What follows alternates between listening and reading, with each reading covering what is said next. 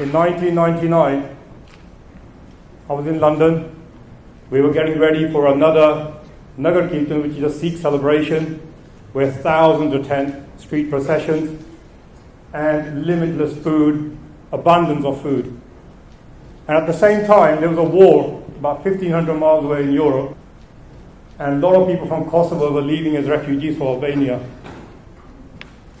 It made me think that as a humanitarian, as a Sikh, as a person, as a human being, how can we accept such suffering only 2 hours flight away, yet we are filling our bellies and we don't think about those people? Is it because they were different faiths?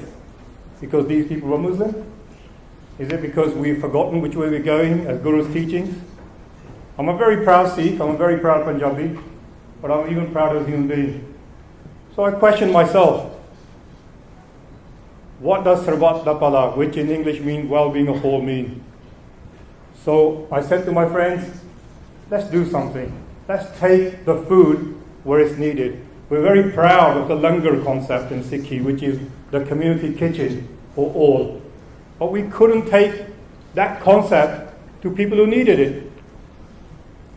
I grew up in a village about 150 kilometers from here.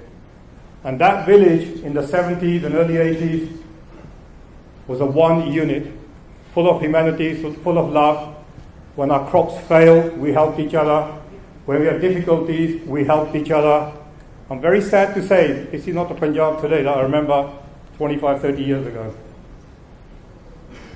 So, as a humanitarian, I want people like yourselves, the youngsters, to take a message back of Sarbat Da Bhalla. Don't judge people by their religion. Don't judge people by their faith when they're suffering. Don't put conditions on. Be unconditional as you can be to help someone who needs your help. So in 1999, Khalsa Aid was born. First mission to Kosovo, Albanian border in Europe. And I'm so proud to say, not a single person in the community said, these are Muslim refugees, we're not going to help them. Everybody donated. Every single person donated.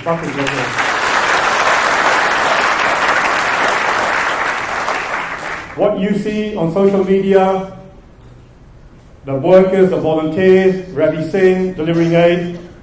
How do we deliver aid in such a dangerous area? What do we go through as struggles? Who is an aid worker? For me, my definition of an aid worker is a very personal one. I'm an aid worker where you got one side, you got the politicians, the other side, you got the army generals, in the middle, you got the right mass of humanity, where they're struggling in the war, a normal, ordinary family, stranded in a refugee camp. Somebody like me goes along to help them. That's an aid worker. We go in as people. I grew up in such a rich faith, but I'm so sad to say, I've been programmed to follow the guardians, the custodians of our religious institutions who cannot think below past filling the bank accounts. We will be happily donating to build a new religious building, which may cost $1 million or $10 million or $20 million, but will not do anything for humanity. So I'm challenging.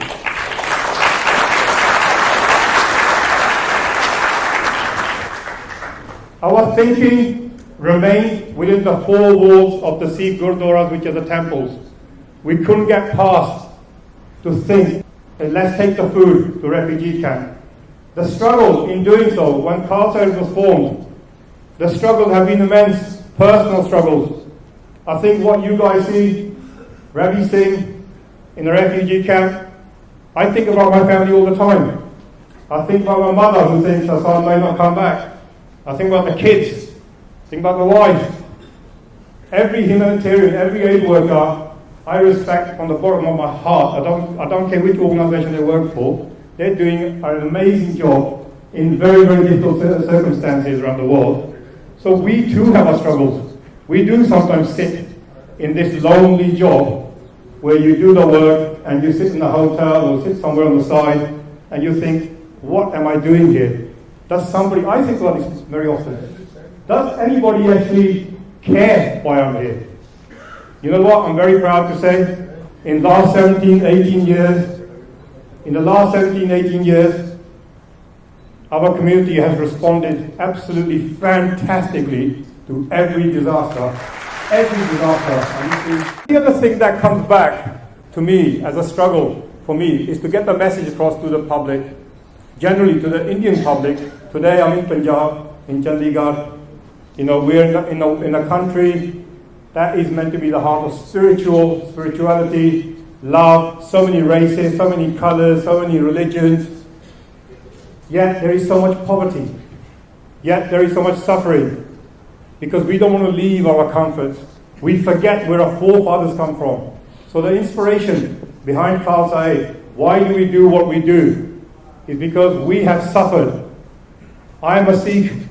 I am a minority. We have suffered genocides. We have struggled. We have managed to just about survive as a people, but we do not live in hate. We don't live in hate. We still want Sarbat Da Bhalla. The hate within is what destroys not just the people, the person, individual, but the people around us. It affects us at every level.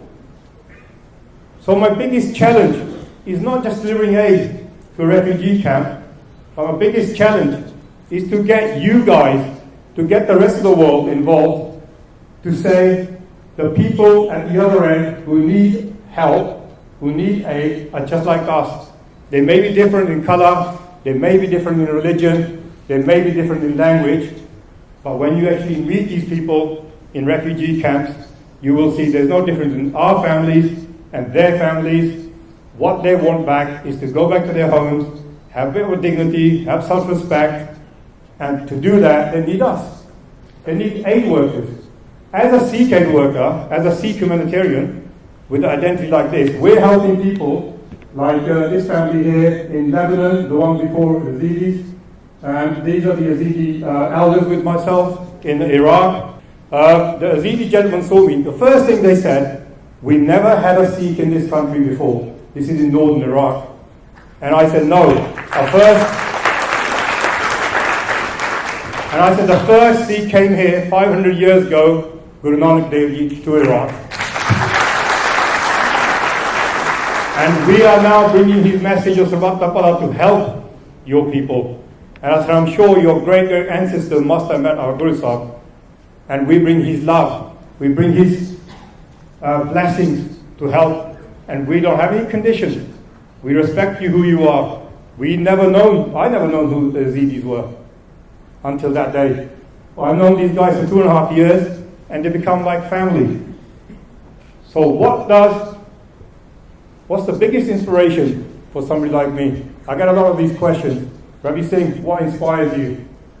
When you walk into a refugee camp, when you deliver that message that we're here to help you, and you're from a different part of the world, you bring with you something that really lifts them, they lift their spirits. It's called hope. When you are down, you will hope.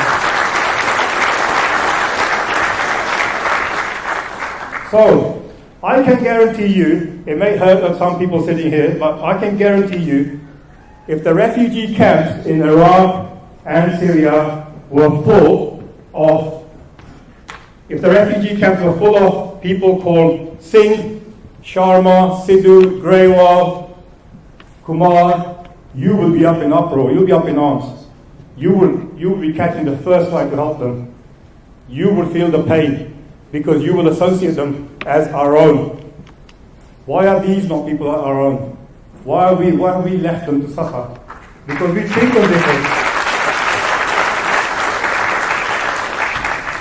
And when you treat people differently, that's where we start separating our humanity from ourselves. The inner humanity we all have.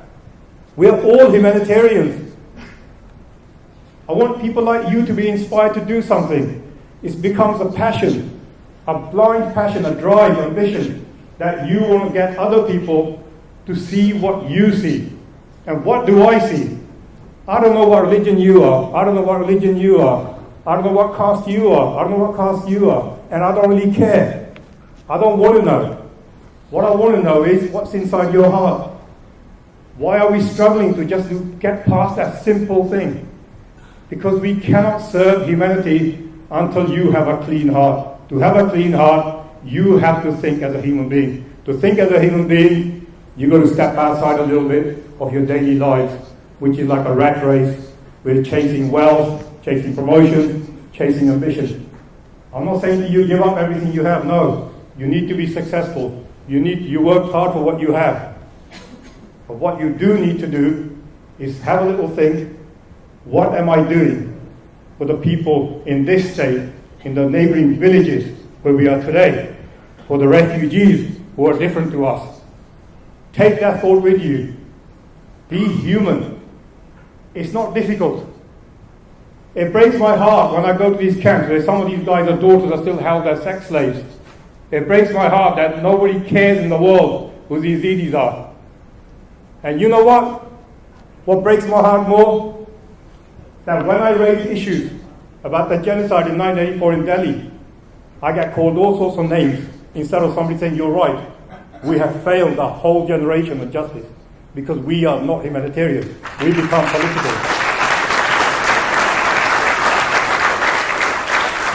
So my final word is, it doesn't matter what religion you are. You've got to respect all religions. People will pick faults in everything. Do not fall for fault finding. Fall for fault finding, you will lose yourself. Solutions are very easy. Solutions are there. 100 rupees can change somebody's life today. You can give them some food in a village. 10,000 rupees can give water for a village. Not through us, you can do it directly. There's so much can be done.